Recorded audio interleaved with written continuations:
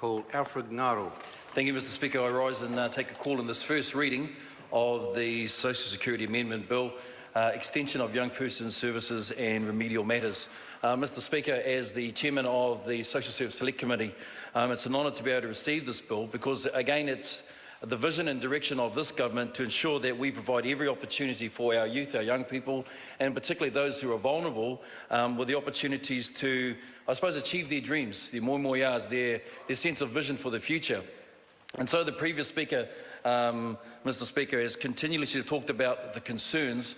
What I want to put forward is, again, constantly and continually, the sense of vision and intent of this bill, which is to provide opportunities for the future of our young people, especially those who are in a vulnerable state. Mr. Speaker, one of the comments of the previous speaker talked about the fact is that using the predictive assessment tool and in a way to create a sense of judgment, and that looking at the, I suppose, the long-term dependency rates and issues. And Mr. Speaker, I just want to make it really clear that the figures that are being used are actually by fact. They're taken as, in a sense, the average of those who are actually on long-term dependency on the benefit. And so if we look at that, here's what the figure says. So if we look at the numbers, 18 to 19-year-olds, youth on job seeker support will spend on average almost 13 years on benefit. That's not a judgment, that's purely a fact. It clearly states here too that a 19-year-old sole parent on average are likely and will spend almost 18 years on a benefit. The outlook for them and their children is not bright, and this government believes in them and wants them to succeed and recognise some of them just need some support and extra help. Mr. Speaker, again, that's not a judgment call, that is a fact. So the question is this, that needs to be put there. When we saw in the previous Labor government, all we saw was the benefit rates continue to increase and increase. And so what are we saying? The judgment upon the leadership of a government of a nation is the fact is that how have we treated our young and our old? And so in particular, if we talk about our young, when we saw that more and more of our young people that were actually being dependent on benefit, then the initiative for us is to say, what are we about to do about this?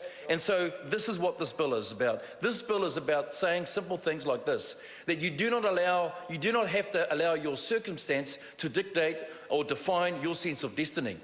In other words, we all make mistakes, Mr. Speaker. We all make choices. But just because we have an increase in, and we've had a decrease as of late since under the national government of teen parents, we do not allow that to be something that will burden them and hold them back from achieving their dreams and their aspirations as well. So what this bill is clearly looking at is that we want to include that we make sure that those opportunities are available to them, Mr. Speaker. Mr. Speaker, so let's just talk about this, and I want to just maybe highlight some areas of the bill that we believe head us in this direction as well. So 19-year-old parents will now be eligible for the young parent payment as the age of eligibility will now increase from 18 years to 19 years. Young parents receiving this payment will continue to have an educational focus. Mr. Speaker, this is absolutely important. We have an indicator which we call NEETs, not an education, employment and training. We know there are a number of our young people that are in this situation, as with young teenage parents. So the goal and the focus is, we know that education is a key for their success as well. Not all 18 and 19-year-old beneficiaries without children will be referred to the youth service in particular. Only 18 to 19-year-olds who are considered at significant risk of long-term welfare dependency and have work obligations will be referred. These young people will continue to have a work focus. However, some will have a deferral from work test obligations or an exemption from the work preparation and obligations to be able to study full-time where they do not have NCA Level 2. Mr. Speaker, this part of the bill, again, makes recognition of the needs that at times that allows for variance, allows for flexibility of the needs. And again, the focus is an educational focus. The focus is, again, to continue to have those building blocks to succeed in the future of our young people. This is different to youth payment recipients who will have an education focus. As with current youth services, young people who are referred to the service will be required to undertake a budgeting course and have budgeting conversations with their youth coach. Mr. Speaker, this is not just about the sense that people may feel we're micromanaging. And yes, young people are able to, but there are young people who also have asked and requested that they have support. Those who are running our TPUs, our teen parenting units, know that the need of having support around budgeting is absolutely important.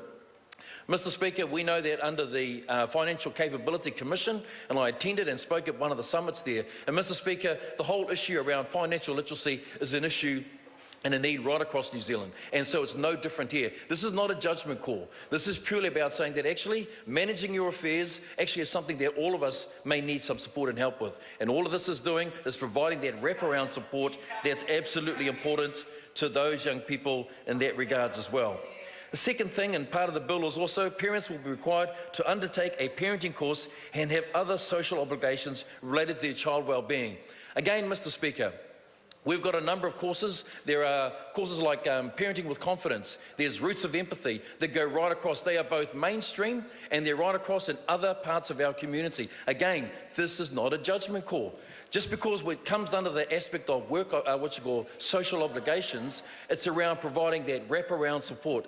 Mr. Speaker, previously in the work that I've done actually in community, parenting is something that's absolutely critical and a need. People just assume that once you have a child, that you automatically become a parent. That's not the case. We know that we need lots of support. All of us have required advice, support that comes along from family members and friends, and sometimes we've attended courses as well. So this is no different to us, again, providing parental support for those young parents. And in particular, Mr. Speaker, if you think about it, young teenagers who are 16 to 18 to 19, they're at an age, and often you'd sort of say they're children having children.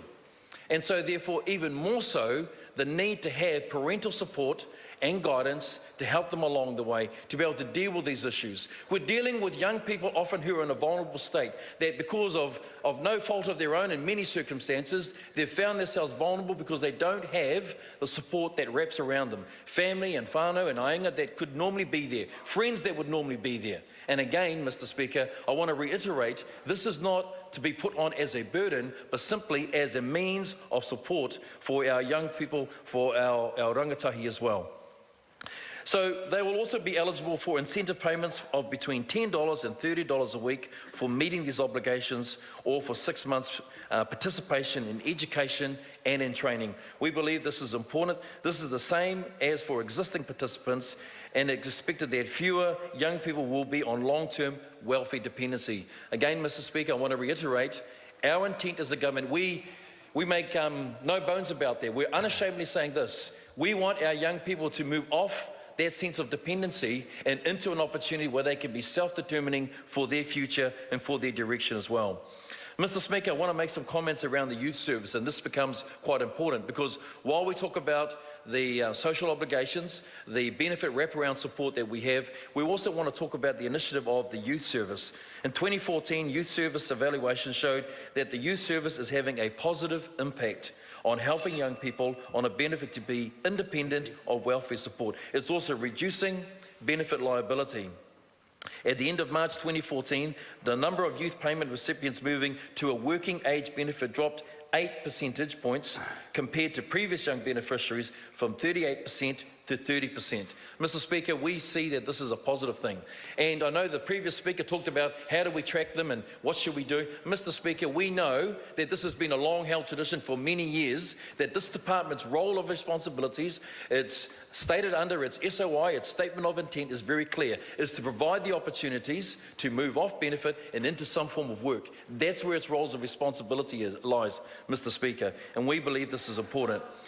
The last points I want to say, Mr. Speaker, the youth service has been very successful, with 86.5% of participants engaged in education, training or work-based learning at the end of March 2015. Mr. Speaker, we look forward to this bill coming to the Select Committee. As the Chair, I look forward to also hearing from submissions. We think that's important. And yes, we're up for the robust debate. But Mr. Speaker, I want to reiterate very clearly the direction that both the Minister and this government is taking.